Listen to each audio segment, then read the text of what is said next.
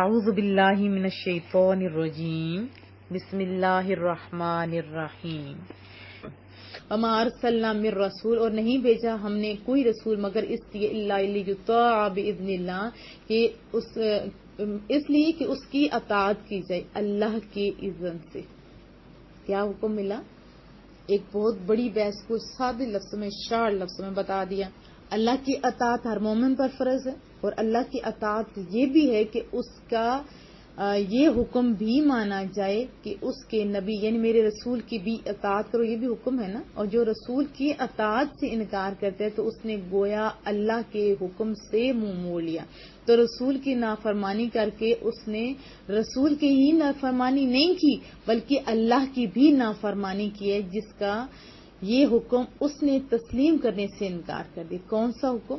کہ میرے رسول کی اطاعت کرو۔ ابھی جو لوگ رسول کی اتباع کو غیر ضروری سمجھتے ہیں بلکہ امت کے لیے نقصان دہ سمجھ رہے ہیں، ان کو یہ آیت کیوں سمجھ نہیں آ رہی؟ یہ آیت بھی سمجھنی چاہیے۔ بلکہ ایک مثال سمجھاؤں گی کہ اللہ اور اس کے رسول کی بات سیم ہے، ذات جدا ہے، یہ یاد رکھیں۔ احکامات سیم ہیں، وہی حکم جو رسول دے رہے ہیں وہ اللہ ہی کا حکم ہے، جیسے یہ آیت بتا رہی ہے۔ ہاں، ذات جدا ہے، وہ اللہ ہے اور یہ اللہ کے رسول اور نبی ہیں۔ یقیناً آپ کو بات سمجھ آ گئی ہوگی۔ وَلَوْ أَنَّهُمْ إِذْ ظَلَمُوا أَنفُسَهُمْ، اور اگر یہ لوگ جب ظلم کر بیٹھے تھے اپنے آپ پر، جاءوک فاستغفروا اللہ، حاضر ہوتے آپ کے پاس، کن کے پاس؟ رسول اللہ صلی اللہ علیہ وسلم کے دربار میں، پھر کیا کرتے؟ فاستغفروا اللہ، اور مغفرت طلب کرتے اللہ تعالی سے۔ کتنا سونا فرمایا کہ اے رب سونے محبوبہ، اگر یہ دنیا بھر کے قصور کر کے اپنی جانوں پر ظلم کرنا ہی ہوتا ہے نا، کوئی بھی ظلم جیسے ہوتا ہے گناہ کرنا بہت ہی بڑا، اگر اس طرح ظلم توڑنے کے بعد نادم اور تائب ہو کر تیرے حضور میں حاضر ہوں تو کیا کر، ان پر اپنا دستے کرم رکھ، ان کی شفاعت اور بخشش کے لیے تیرے ہاتھ میرے دربار میں، میری جود و عطا میں جب اٹھے گا نا، خواہ وہ کتنا ہی گناہگار، کتنا ہی سیاکار کیوں نہ ہو، تیری رب کی رحمت انہیں مایوس نہیں کرے گی بلکہ ان کی توبہ قبول بھی کرے گی اور ان بیگانوں کو اپنا بنا لیا جائے گا۔ محبوبہ اے شفیع المذنبین، محبوبہ یہ تیری برکت ہے، اور حضور کی یہ جو برکت ہے ابھی بھی ہے، ابھی بھی ہے۔ یہ قانون خالی اس ٹائم کے لیے نہیں تھا، قیامت تک کے لیے یہ ہے۔ سیدنا حضرت علی کرم اللہ وجہہ سے مروی ہے کہ آپ فرماتے ہیں کہ محبوب کے وصال کے تیسرے روز ایک اعرابی آیا اور رنج و غم میں ہوتے ہیں، دکھ جب آیا تو مزار پہ لیٹا اور پتہ نہیں جیسے اس کی دکھ تھا وہ انداز تھا وہ کر رہا تھا، عرض کرنے لگا اے اللہ کے رسول، جو آپ نے فرمایا ہم نے سنا، جو آپ نے ہمیں رب سے سکھایا، جو آپ نے رب سے سیکھا وہ ہم نے آپ سے سیکھا۔ اور اس آیت میں ابھی جو آیت پڑھی کہ آپ اپنی جانوں پر ظلم کرو تو آپ کے پاس ہو، تو میں اس لیے آپ کے دربار میں حاضر ہوں، اے سراپا شفقت و رحمت، میری مغفرت کے لیے دعا فرمائیے۔ تو قبر انور سے آواز آئی، جا جا تجھے بخش دیا گیا ہے۔ حکم ہوا کہ اگر یہ لوگ ظلم کر بیٹھے اپنے آپ پر، پھر حاضر ہوتے آپ کے پاس یعنی مصطفیٰ کریم صلی اللہ علیہ وسلم کے پاس، فاستغفروا اللہ، اور مغفرت طلب کرتے اللہ تعالیٰ سے، خود یعنی خود مغفرت طلب کرتے، واستغفر نیز مغفرت طلب کرتا لہم الرسول، ان کے لیے رسول کریم بھی، خود بھی معافی مانگتے اور محبوب بھی، کدھر جا کر؟ رسول اللہ صلی اللہ علیہ وسلم کے پاس، لوجد اللہ، تو وہ ضرور پاتے اللہ تعالیٰ کو، کیا؟ تواب الرحیم، بہت توبہ قبول فرمانے والا، نہایت رحم فرمانے والا۔ اب خود کریم رب کیا فرما رہے؟ جاؤ میرے نبی کے پاس۔ اگر اس طرح شرک ہوتا تو اللہ کیا کہتا کہ میرے محبوب سے ہٹ کے ہر جگہ میں موجود ہوں، ادھر مجھ سے مانگو، یہ اللہ نے کہا۔ اور کن کو کہا؟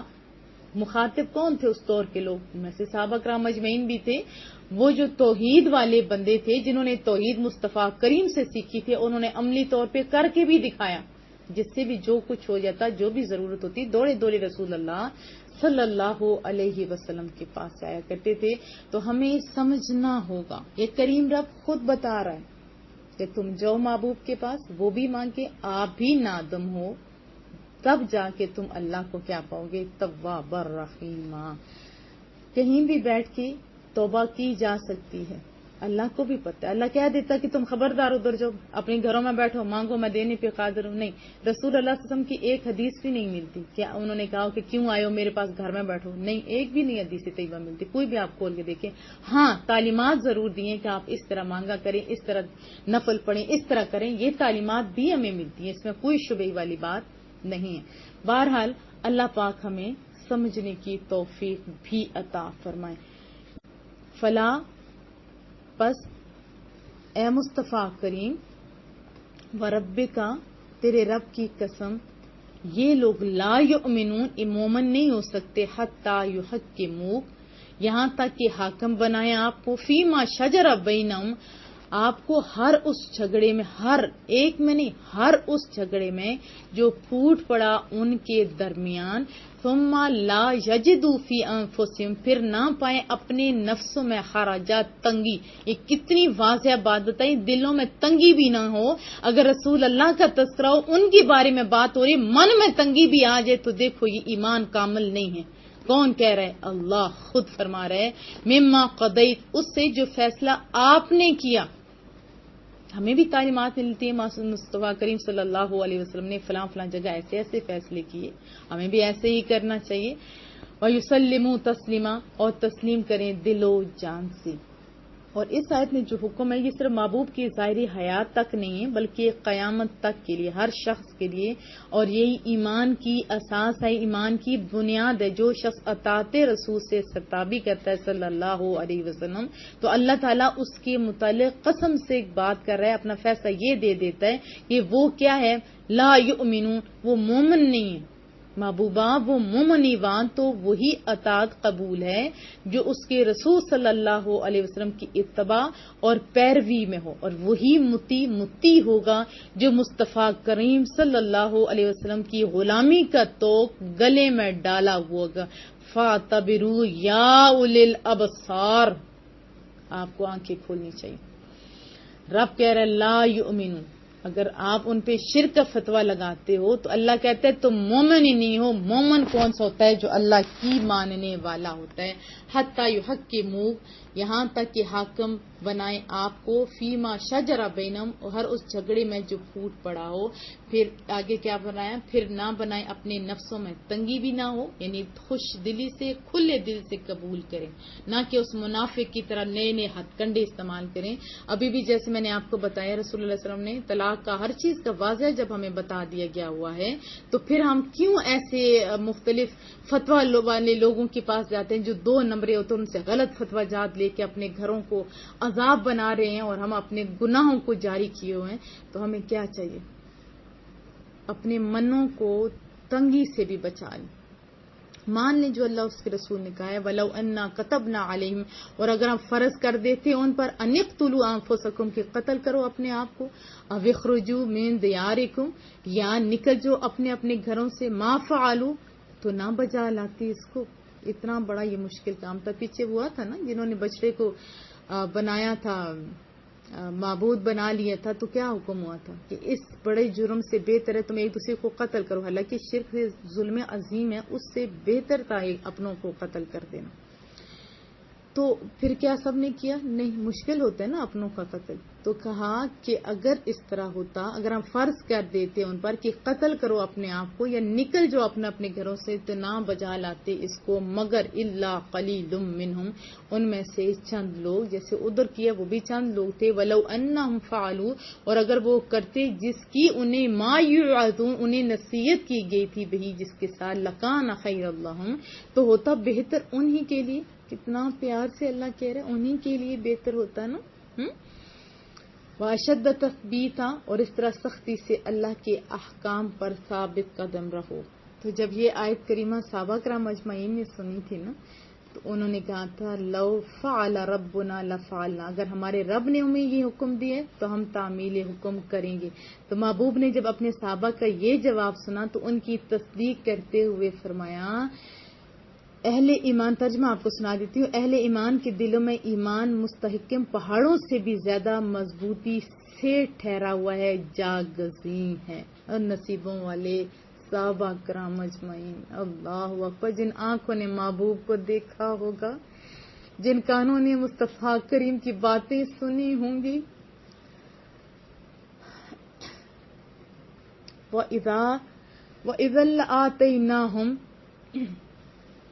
تو اس وقت ہم بھی عطا فرماتے انہیں مِن لَدُنَّا أَجْرًا عَظِيمًا، اپنے پاس سے اجر عظیم، وَلَهَدَيْنَاهُمْ صِرَاطًا مُسْتَقِيمًا، اور ضرور پہنچاتے انہیں سیدھے راستے تک.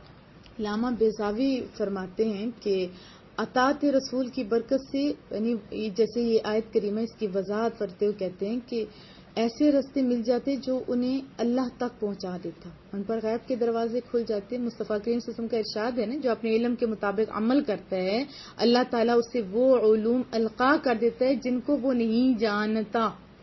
یہ مصطفیٰ کریم نے فرمایا. تو جو علم آپ کے پاس ہے اس پر عمل کیجیے. اور بہت سارے لوگ یہ بھی کہتے ہیں ہم اس لیے نہیں دین کا علم حاصل کرتے، پھر اگر نہیں کریں گے عمل تو پھر ہم سے پکڑ ہوگی. تو یہ بہت ہی بھونڈی دلیل ہے اور بہت ہی بھونڈا بہانہ ہے. اس بات پہ کی بھی پکڑ ہوگی کہ جب آپ کے پاس ساری فیسلٹیز تھیں تو آپ نے علم کیوں نہیں حاصل کیا، تو پھر کیا کرو گے آپ؟ ہے نا سوچنے والی بات. جو علم ہے اس پہ عمل کرو، اللہ پھر اجر عظیم بھی دے گا. وَلَهَدَيْنَاهُمْ صِرَاطًا مُسْتَقِيمًا، اور ضرور پہنچاتے انہیں سیدھے راستے تک. کتنی محبتوں والی بات اللہ نے فرمائی. اگر وہ بات بھی مان لیتے نا جو اللہ نے کہی ہیں، ڈاواں ڈول نہ ہوتے، تو اللہ پھر انہیں سیدھے راستے پر بھی پہنچا دیتا. وَمَن يُطِعِ الرَّسُولَ، اور جو اطاعت کرتے ہیں اللہ کی والرسول اور اس کے محبوب کی بھی، فَأُولَٰئِکَ مَعَ الَّذِينَ أَنْعَمَ اللَّهُ، کتنی محبتوں سے فرمایا، تو ان لوگوں کے ساتھ ہوں جن پر اللہ نے انعام اللہ علیہ، اللہ تعالیٰ نے انعام فرمایا. ان میں سے کون سے لوگ ہیں ان کی بھی آگے وضاحت کر دی. اب پہلے تو وہ جو ڈاواں ڈول لوگ تھے ان کی بات ہو رہی تھی، اب پکے لوگوں کی بات ہو رہی ہے. خوش نصیب لوگوں کا ذکر ہو رہا ہے جنہیں اللہ اور اس کے رسول کی اطاعت کا شرف حاصل ہو، ان کا تذکرہ ہو رہا ہے. کتنے پیار سے وہ انعام والے لوگ کون سے ہیں؟ پہلے من النبیین، رسولوں کی اطاعت کا حکم دیا، یعنی انبیاء کی اطاعت.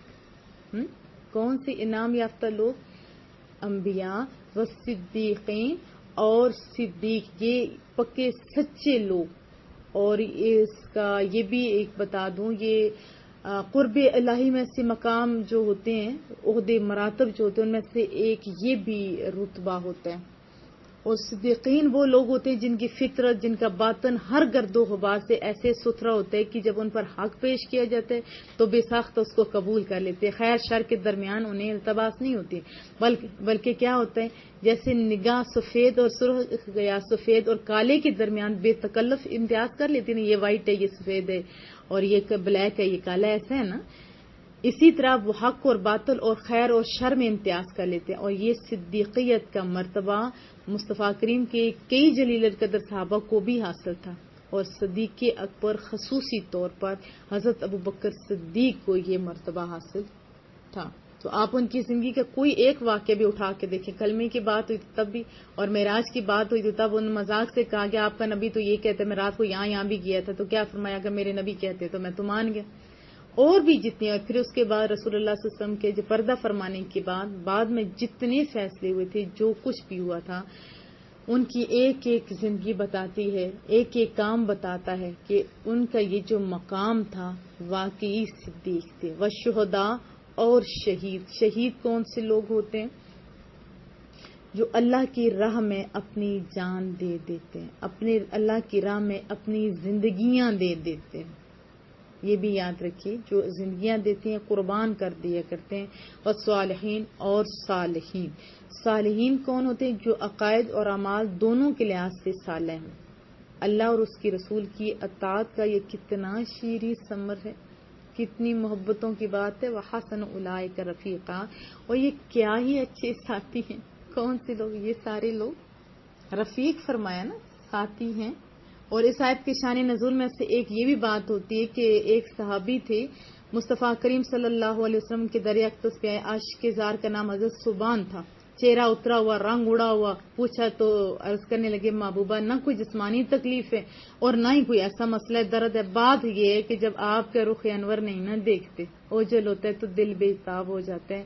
فوراً زیارت سے اس کو تسلی مل جاتی ہے. اب رہ کے یہ خیال ستا رہا ہے کہ جنت میں محبوب صلی اللہ علیہ وسلم کا مقام تو بلند ہوگا، پتہ نہیں کہاں ہوگا، اور یہ مسکین پتہ نہیں کس کونے میں ہوگا. کیا آپ نے کبھی سوچا؟ پھر اگر زیارت نہ ہوئی تو جنت کی لذتیں تو کوئی معنی نہیں رکھتی نا. تو محبوب نے سنا، خاموش ہو گئے. پھر جبریل امین تشریف لائے. اللہ اکبر، کہ ہم اطاعت گزار عشاق کو جنت میں جدائی کا صدمہ نہیں پہنچائیں گے، بلکہ ان کو اپنے محبوب کی ساتھ ہی رکھیں گے. وہ کیسے نصیبوں والے ہو حضرت صوبان. گارنٹی مل گئی نا آپ کو مصطفیٰ کریم سے. اللہ کے اس میسنجر نے، جبریل امین نے تصدیق کر دی. اللہ نے بتا دیا.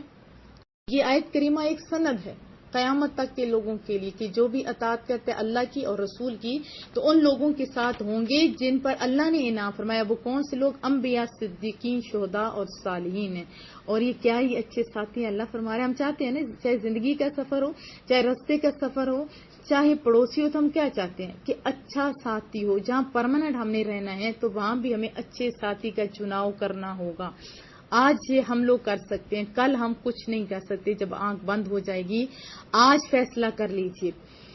جیسے حضرت صوبان کی بات ہوئی، ایسے ہی ایک صحابی نے ہمارا مسئلہ حل کر دیا. انہوں نے عرض کی کہ اگر کوئی بندہ صدیوں بعد کسی سے پیار کرتا ہوگا تو اس کا انجام کیا ہوگا. یہ سیاستہ کی بکس میں پائی جاتی ہے. تو فرمایا جس سے بھی بندہ پیار کرتا ہوگا قیامت کے دن اس کے ساتھ اس کا ٹھکانہ ہوگا.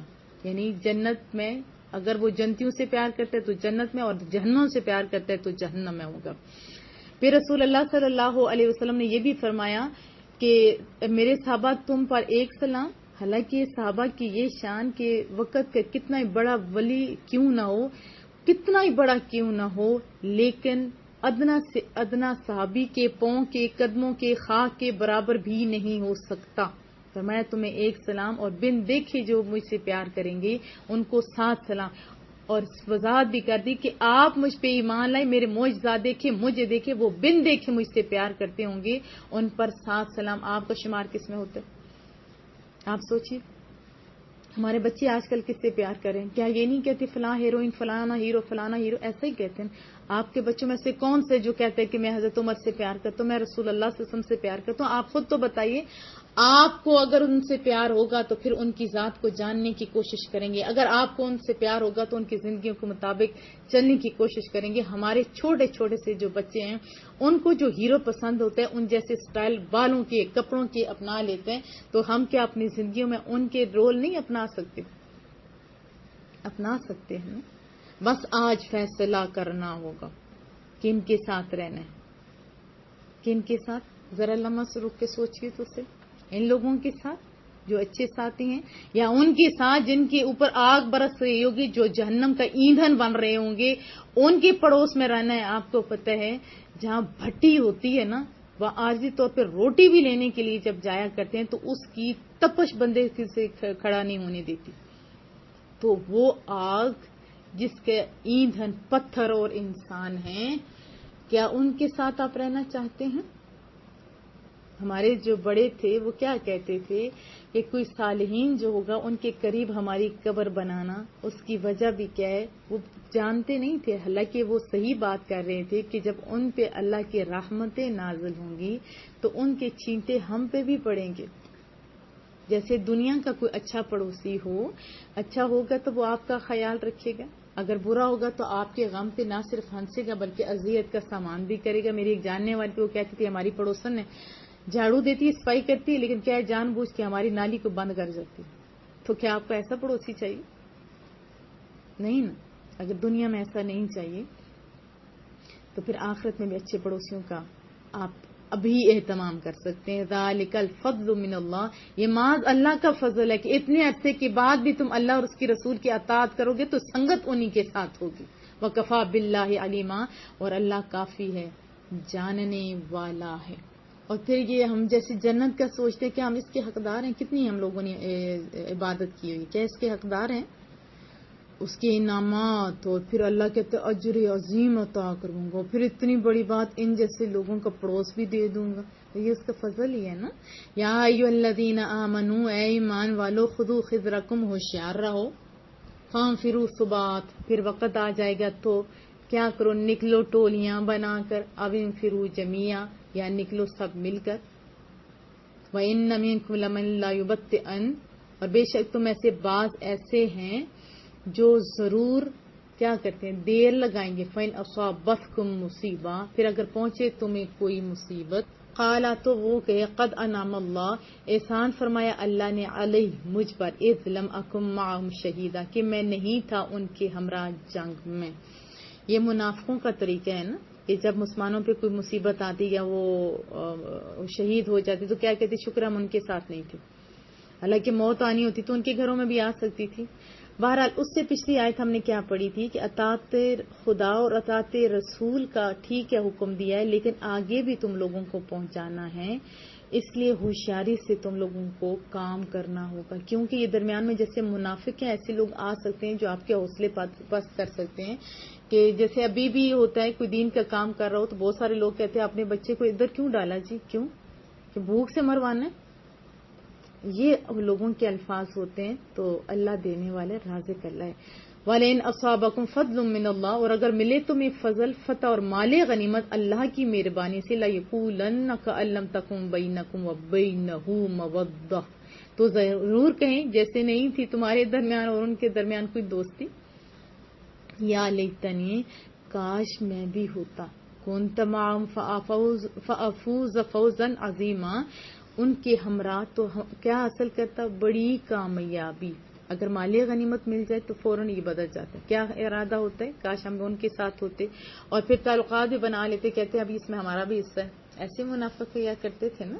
ابھی آپ ارد گرد دیکھیں تو محنت کے ٹائم تو کم لوگ ساتھ ہوتے ہیں، کھانے کے ٹائم بہت سارے لوگ ہوتے ہیں. فَلْيُقَاتِلْ فِي سَبِيلِ اللَّهِ، پس چاہیے کہ لڑا کرے اللہ کی راہ میں صرف وہ لوگ، الذین یشرون الحیات الدنیا بالآخرہ، جنہوں نے بیچ دیے دنیا کی زندگی آخرت کی. بس اس کا مطلب یہ نہیں کہ دکان پہ رکھ کے اپنی جان بیچتی، اس کا مطلب یہ ہے کہ انہوں نے دنیاوی جو ہے آسائشوں کو چھوڑ دیا اور اللہ کی خوش نودی کے لیے، دین کو سر بلند کرنے کے لیے انہوں نے اپنی زندگیوں کو وقف کر دیا.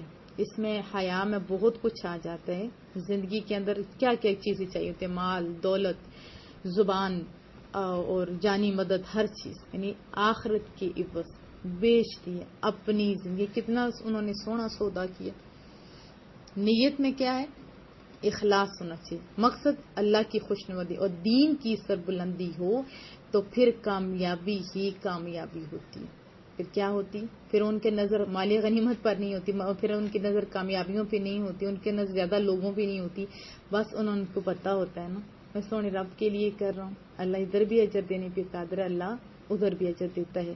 اور یہاں کیا فرمایا، بیچ دیے زندگی، اپنی دنیا کی زندگی جو ہے آخرت کے عوض. وَمَن يُقَاتِلْ فِي سَبِيلِ اللَّهِ، اور جو شخص لڑے اللہ کی راہ میں، فَيُقْتَلْ، پھر وہ خواہ مارا جائے، او یغلب، یا غالب آ جائے، فَسَوْفَ نُؤْتِیہِ أَجْرًا عَظِیمًا، تو دونوں حالتوں میں انہیں اجر عظیم دیں گے. شہادت کا رتبہ کیا کم رتبہ ہے، اور زندہ رہ جائیں تو یہ بھی بہت بڑی بات ہے. اسی کے جو سپاہی ٹھہرے، غازی کا نام اور مرتبہ ملتا ہے. بہرحال نام کے لیے نہیں، ہمیں اللہ کی رضا کے لیے کام کرنا چاہیے. اور اللہ فرماتا ہے اجر عظیم. اب دنیا ہے جس کو ہم دیکھ نہیں سکتے، جتنا مرضی ہے پیسہ ہو، یہ متاع قلیل ہیں، اجر عظیم کتنا ہوگا ذرا سوچئے. وَمَا لَكُمْ لَا تُقَاتِلُونَ فِي سَبِيلِ اللَّهِ، اور کیا ہو گیا ہے تمہیں کہ جنگ نہیں کرتے، کدھر، فی سبیل اللہ، اللہ کی راہ میں. آپ سوچے بھلا، اللہ ہم سے ہی مخاطب ہے نا.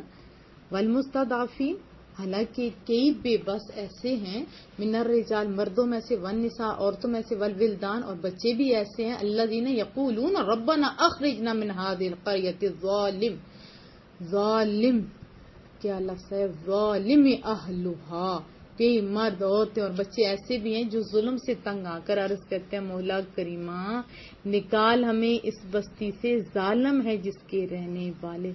مانا یہ تو پہلے کی تھی نا، پہلے کی تھی، پھر جب مکہ فتح ہوا، آزادی ہوئی، سکھ کا سانس ہو، ٹھیک ہے یہ ان کے لیے تھی۔ ابھی بھی تو کتنے ممالک ہیں جہاں مسلمانوں کے بچے تڑپ رہے ہیں۔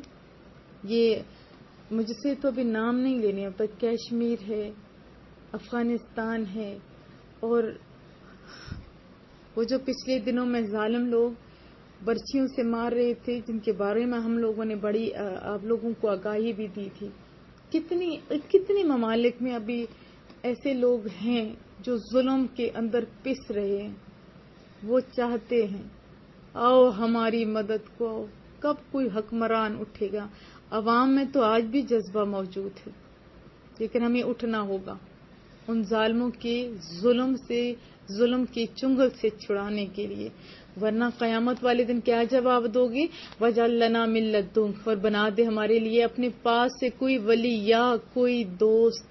ایک آواز دی تھی نا اس عورت نے، تو محمد بن قاسم اونٹوں پہ کیا کہتے ہیں، اونٹوں پہ گھوڑوں پہ آگے ہوئے تھے۔ آج ہم تو جہازوں والے ہیں، بچے چیخ چیخ کے کہہ رہے ہیں، عورتیں چیخ چیخ کے کہہ رہی ہیں ہماری عزتوں کو تار تار کیے جا رہے۔ او بھائیو باپو کدھر ہو تم لوگ، کدھر ہو؟ وہ تو آپ کو صدائیں دے رہی ہیں نا۔ چلو بزدلوں والے ہی کام کر لو، بیٹھ کے مسلح بچھا کے کہہ دو مولا ہم تو بے بس ہیں، تو ہماری رہنمائی فرما، تو ان ظالموں کا ہاتھ روکتے۔ کیا یہ بھی کیا آپ نے؟ نہیں۔ وہ آج بھی پہلے مانگ رہے تھے، آج بھی مانگ رہے ہیں، ہاتھ اٹھا اٹھا کے کہہ رہے مولا کوئی مددگار بھیج دے، مولا کوئی مددگار بھیج دے جو ان ظالموں کے ظلم سے ہمیں چھڑا دے۔ وَجَعَلْ لَنَا مِن لَدُنْكَ نَصِيرًا، بنا دے ہمارے لیے اپنے پاس سے کوئی مددگار۔ الَّذِينَ آمَنُوا يُقَاتِلُونَ فِي سَبِيلِ اللَّهِ، جو ایمان لائے وہ جنگ کرتے ہیں اللہ کی راہ میں۔ جنگ کی بھی شرائط ہے، جو آپ کو تنگ کرے اس کے ساتھ جنگ کرو، جو آپ کو غیر مسلم بھی تنگ نہیں کرے آپ نہیں کر سکتے ہو۔ اور پھر عدل و انصاف کے ساتھ، بچوں کو کچھ نہیں کہنا، فروٹوں کو کچھ نہیں کہنا، بوڑھوں کو کچھ نہیں کہنا، بچوں کو کچھ نہیں کہنا۔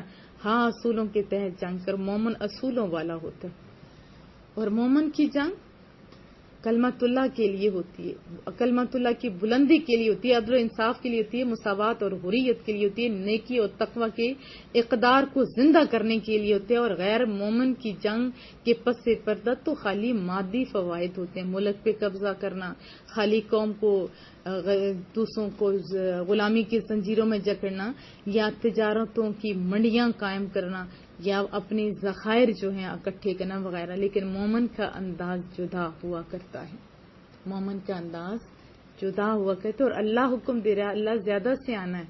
ابھی اگر کوئی جہاد کو جو بدنام کر رہے ہیں انہیں سوچنا چاہیے کہ وہ کیا کر رہے ہیں۔